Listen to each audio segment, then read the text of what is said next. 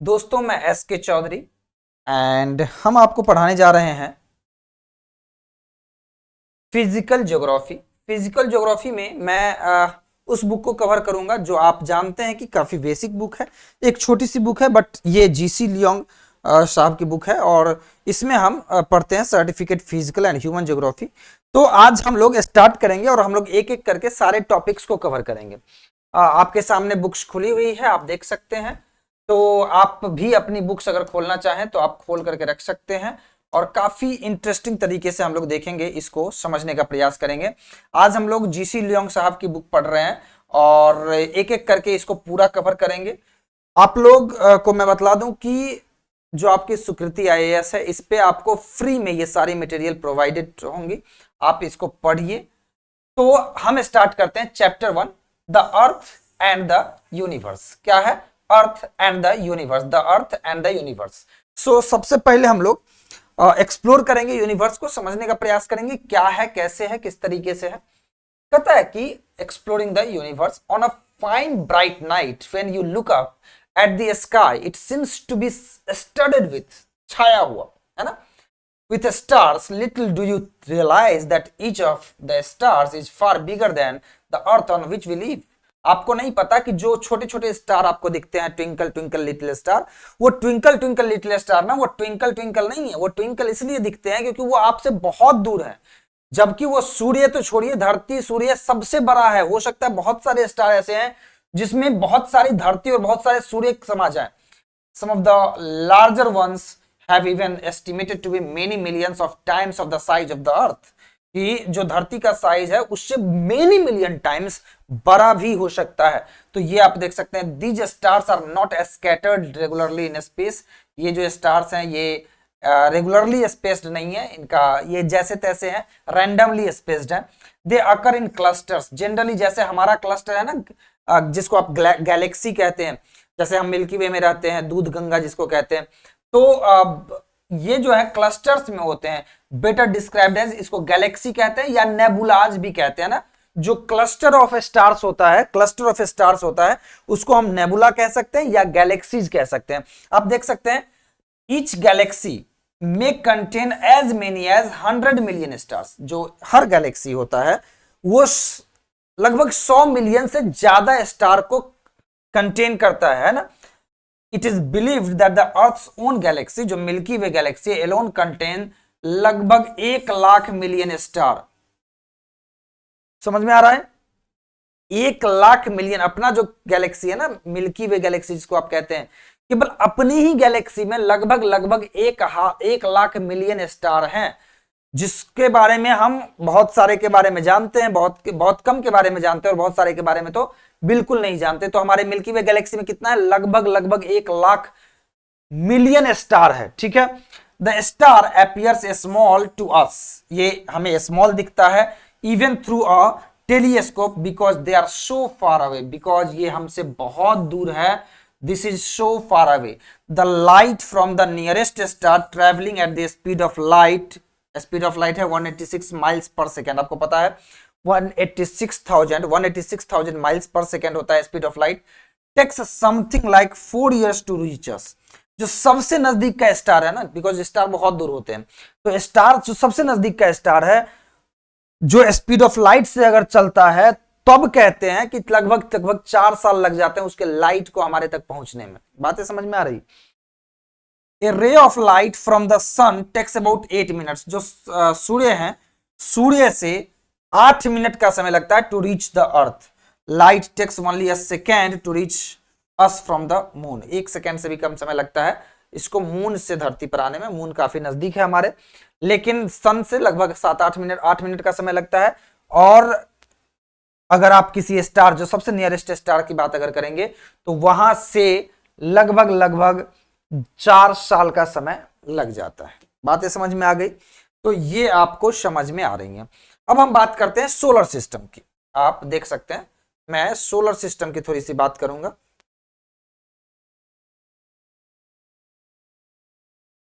Clear? तो अब आप सोलर सिस्टम की मैं बात करता हूं। सोलर सिस्टम है क्या? सोलर सिस्टम, सोलर सिस्टम मतलब कि सन है, मून है और अपने जो हमारे जो प्लैनेट्स हैं वो हैं। ठीक है, तो जरा सा मैं इसको छोटा कर रहा हूं ताकि आप देख सकें कि सोलर सिस्टम में किस तरीके से बातें हो रही है। देखिए ये है अपना सोलर सिस्टम। वैसे तो ये गैलेक्सी आपको दिख रही होगी, अगर ये बुक आपके पास होगी तो ये गैलेक्सी है। लेकिन सोलर सिस्टम में आपके आते हैं सन, मून और सारी चीजें आती है। तो मैं आपको इसको दिखाता हूं, ठीक है, देखिए जरा सा।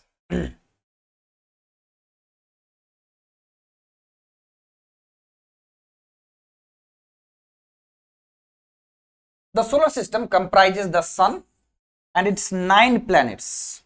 ठीक है, अब शायद 8 प्लैनेट हो गया, चलते हैं देखते हैं। Which are believe to have been developed from the condensation of gases. जो प्लैनेट्स की चर्चा होती है ना, तो कभी कभी प्लैनेट्स के बारे में कि कैसे फॉर्म हुआ है उसके बारे में चर्चा होती है। तो कहा जाता है कि ऐसा माना जाता है, ऐसा बिलीव किया जाता है कि इसका डेवलपमेंट हुआ है गैसेस के कंडेंसेशन से एंड अदर लेसर बॉडी, जो और छोटी मोटी टुकड़े होते हैं कणों के, उन सब के चलते बना है। All the planets revolve around the sun. जो जितने भी प्लैनेट हमारे सोलर सिस्टम में होते हैं एक इलिप्टिकल ऑर्बिट में, इलिप्टिकल मतलब इलिप्स के जैसा ऑर्बिट में, ये जैसे ये वाली इलिप्स मैंने बनाई ना, इस टाइप की ऑर्बिट्स में ये घूमते रहते हैं। किसके चारों तरफ? सन के चारों तरफ। Like the earth they shine only by the reflected light of the sun.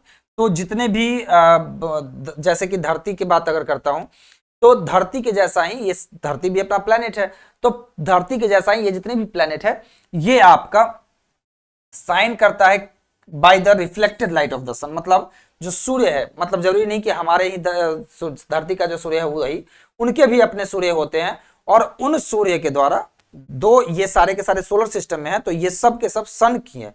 तो जो अपना सूर्य है ना, धरती वाला सूर्य जिसको हम लोग सूर्य भगवान कहते हैं, वो सूर्य भगवान जो है उन्हीं के चारों तरफ ये सब चक्कर लगाते हैं और इसी से रिफ्लेक्शन होता है लाइट्स का। अगर आप देखेंगे the sun has a surface temperature of 6000 degree Celsius. इसका कितना टेम्परेचर है? 6000 डिग्री सेल्सियस या 10,800 डिग्री फ़ारेनहाइट। तो कितना डिग्री का सेल्सियस है? जो इसका सरफेस टेम्परेचर है वो लगभग 6000 डिग्री सेल्सियस है और ये इंक्रीज करता है 20 मिलियन डिग्री सेल्सियस तक।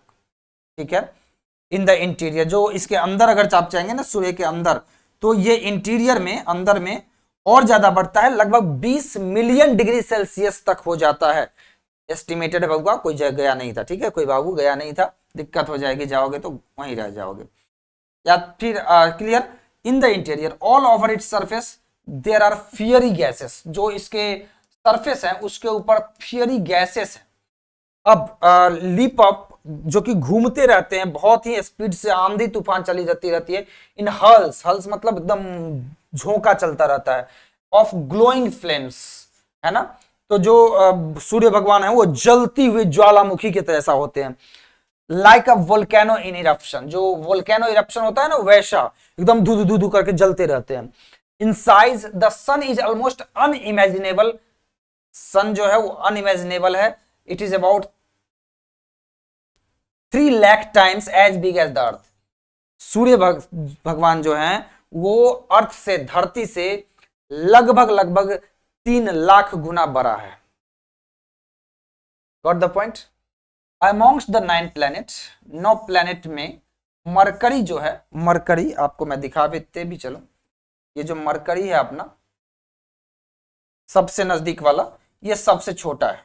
ठीक है, मरकरी जो है वो सबसे छोटा है। तो Mercury is the smallest and closest to the sun. तो सबसे नजदीक का ग्रह कौन सा है? सबसे नजदीक का प्लैनेट कौन सा है? मरकरी है। कौन है? मरकरी है। और इसका जो डिस्टेंस है ये 36 मिलियन माइल्स है, लगभग 36 मिलियन माइल्स। तो ये 36 मिलियन मील जो है वो सन से दूर है। कितना मिलियन दूर है? 36 मिलियन माइल्स। कहोगे बहुत दूर है सर।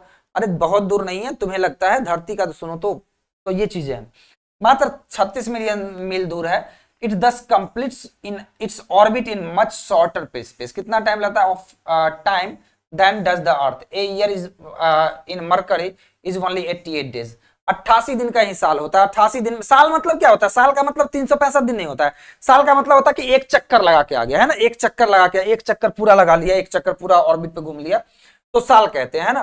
तो साल का मतलब, तो यहाँ 88 दिन में ही मरकरी जो है घूम लेता है इतना सिंपल सी बात है ना, अगर मैं तुमको ये वाला ऑर्बिट घूमने का हूं, है ना, तो तुम आसानी से घूम लोगे, और किसी को ये वाला ऑर्बिट घूमना हो तो भैया ठीक है, स्पीड अगर बढ़ी भी होगी तो फिर भी टाइम तो लगेगा। कितनी बड़ी होगी, उसी प्रोपोर्शन में बड़ी होगी, फिर ठीक है। एक ईयर जो मरकरी का होता है वो 88 दिन का होता है, हमारे यहाँ 365 दिन का होता है, यहाँ 88 दिन का होता है।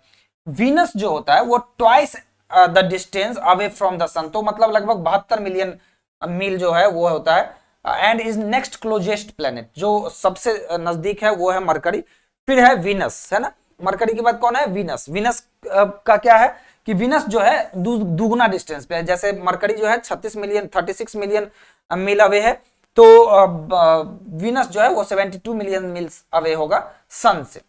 और ये दूसरा जो है सबसे क्लोजेस्ट प्लेनेट है टू द सन, हम लोग सन की तरफ से बढ़ रहे हैं, है ना, दूसरा वाला वीनस। तीसरा वाला कौन है, अपना दोस्त। It is often considered as the Earth twin, अच्छा इसी को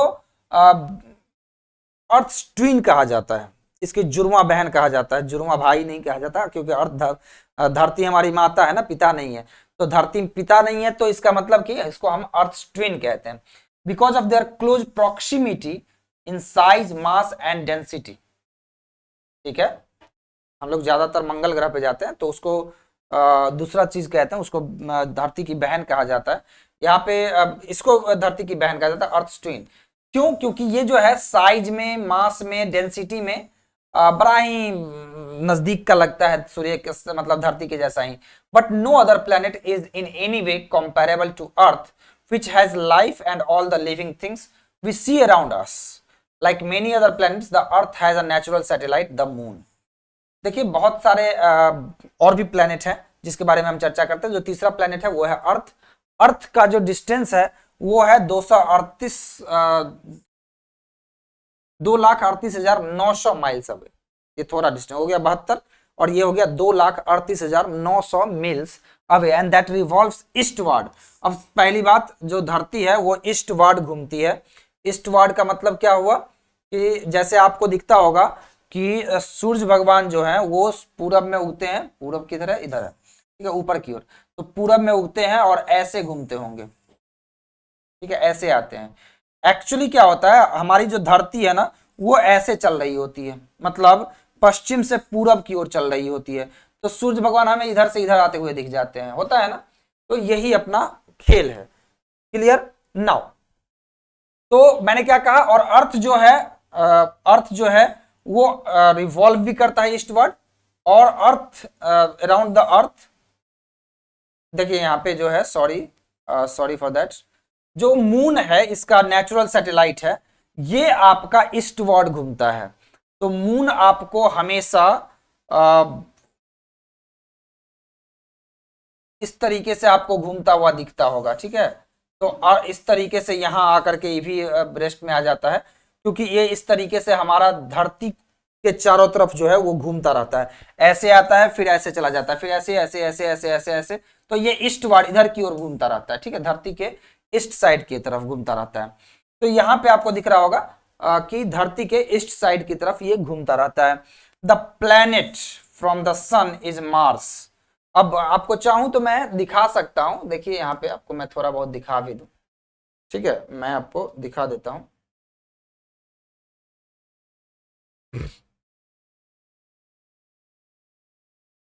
चलिए इस चीज को ऐसे ही फोकस करते हैं कि आपका ये 27 दिन में, लगभग 27 दिन कुछ समय लगता है, तो मून जो है वो एक चक्कर लगा लेता है। अब समझिए ये जो मैंने डिस्टेंस बतलाया ना 2,38,900, ये हमारा 2,38,900 माइल जो है वो मून हमसे डिस्टेंस पे है, ठीक है, अर्थ से। तो कहता है कि but no other planet is any way comparable to Earth which has life and all the living things we see around us. Like many other planets the Earth has a natural satellite the moon, और जिसका distance है हमारे अर्थ से 2,38,900 miles away, and ये 27 दिनों में eastward direction में अर्थ के चारों ओर चक्कर लगा लेता है। कहता है कि जो चौथा प्लैनेट है वो है Mars. The fourth planet from the sun is Mars. पहला प्लैनेट कौन दिया, मरकरी। पहला प्लैनेट का डिस्टेंस 36,000 मिलियन माइल्स है ना, 36 मिलियन माइल्स। और ये जो है 88 दिन में ही अपना ऑर्बिट कंप्लीट कर लेता है। फिर वीनस, वीनस जो है 2 गुना डिस्टेंस पे है और इसको अर्थ का ट्विन कहा जाता है ना, उस पहला दूसरा हो गया। और इसको अर्थ का ट्विन इसलिए कहा जाता है, पूछा जा सकता है कि अर्थ का ट्विन क्यों कहा जाता है, तो इसलिए कहा जाता है क्योंकि ये बड़ा ही proximity, it is often considered earth twin because of their, because क्यों कहा जाता है, because of their close proximity in size, mass, weight and density. Size, mass, weight and density, क्या क्यों, proximity to the earth about the size, mass, weight and density. जो तीसरा planet है वो अपना प्यारा अर्थ। चौथा प्लैनेट जो है वो है मार्स। चौथा प्लैनेट क्या है, मार्स। तो चौथा प्लैनेट जो मार्स है, the sun is Mars which is dark patches. अब मार्स के बारे में माना जाता है कि इसके सरफेस पर ना डार्क पैचेज है। अब ये डार्क पैचेज कैसा है ये आप देख सकते हैं, तो डार्क पैचेज है and is believed by most professional astronomers to be the next planet after Earth to have possibility of some plant life. ऐसा माना जाता है, बहुत सारे लोग है ना मंगल ग्रह पे जाकर के बस भी रहे हैं, तो माना जाता है कि जो अगला प्लैनेट है जहां पे पॉसिबिलिटी है कि लोग रह सकते हैं, क्योंकि पेड़ पौधे रहेंगे तो लोग भी रह सकते हैं, वो माना जाता है कि पहला प्लैनेट होगा अर्थ के बाद जहां पे लोगों के रहने की संभावना है। इस पे डार्क पैचेज हैं इसके सरफेस पे, और ये बहुत ज्यादा प्रोफेशनल एस्ट्रोनॉमर्स के बारे से माना जाता है कि अर्थ के बाद यही अगला प्लैनेट होगा।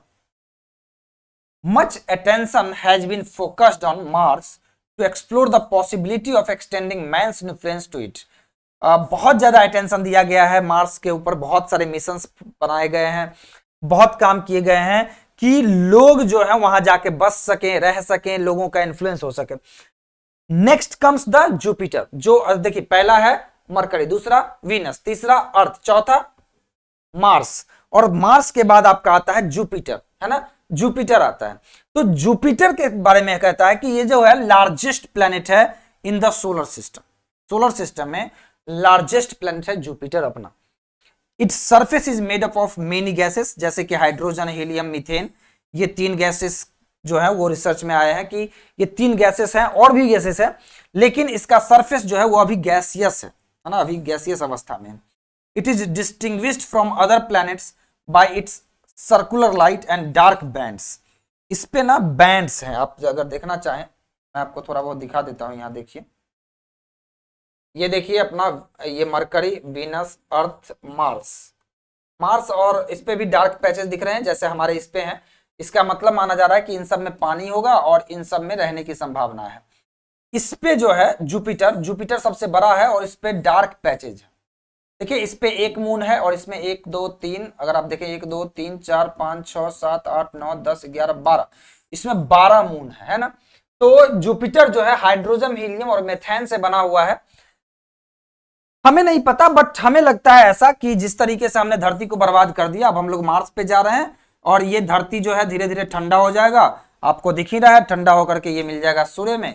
सन के पास जाने पर ये ठंडा क्यों हो रहा है, ये गर्मी, हाँ सॉरी, गर्म हो जाएगा इतना ज्यादा कि इस पर हम लोग रहेंगे नहीं, हम लोग यहाँ चले आएंगे और फिर हम लोग वहां जाकर के झगड़ा लड़ाई करते रहेंगे, है ना। हम लोग लड़ाई झगड़ा फिर करते रहेंगे, हम लोग रुकेंगे नहीं, हमारे बात ही अलग है ना। तो अभी मार्स ठंडा प्लेस है और दिन में थोड़ी गर्मी होती है बट ज्यादा ठंडा प्लेस है। वीनस और मरकरी बहुत गर्म है, अपने धरती गर्म हो रही है, आपको पता ही है। जुपिटर आदि ठंडा है और थोड़ा बहुत गर्मी होती है बट बहुत ज्यादा नहीं। तो कहता है कि it is distinguished from the other planet bye it's circular light. इस पे जो है ना, ये देख लीजिए 1 2 सर्कुलर लाइट्स इस पे चलती हैं। तो ये जो है ना, माना जाता है कि गैस का बैंड है जो इस पे चलता रहता है ना, circular light and dark bands, and the 12 satellites that circle around it. और इसके 12 सैटेलाइट है, तो मतलब यहाँ पे दिन होगी रात होगी दिन होगी, 24 घंटा का अगर हुआ ना तो दिन रात करते रहेंगे, है ना, बात ये हो जाएगी। As it is more than 485 million from the sun, मतलब ये 485 मिलियन मील दूर है सूर्य से, और इसका सरफेस बहुत ठंडा है, लगभग -200 डिग्री फ़ारेनहाइट के आसपास है, -200 डिग्री फ़ारेनहाइट के आसपास है। तो आप ये चीजें देख सकते हैं। तो पहला क्या है मरकरी, दूसरा क्या है वीनस, तीसरा क्या है, अर्थ, चौथा मार्स, पांचवा जुपिटर। जुपिटर के बाद आपका आता है सैटर्न, और सैटर्न से सबको डर लगता है, क्या, बाबू इधर शनि ग्रह है ना, आज भगवान शनिदेव की जय। तो ये आप देख सकते हैं। इसके बाद आते हैं सैटर्न। सैटर्न पे एक ही आपका दिख रहा है, अब आपको आगे समझाता हूं, देखिए। Another unique planet is Saturn, which has 3 rings. इसमें 3 रिंग है और 9 सैटेलाइट है ना। उसको मून नहीं कहा जाता है, लेकिन हाँ मून कह सकते हो, हमारे तो सैटेलाइट मून ही है, चंदा मामा, है ना।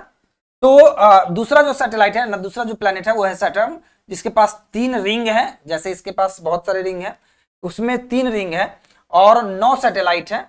इसका size is the second largest after Jupiter. Jupiter के बाद छोटा है थोड़ा सा, and it is so far from the sun that it takes 29:1/2, मतलब 29 साल to complete its orbit.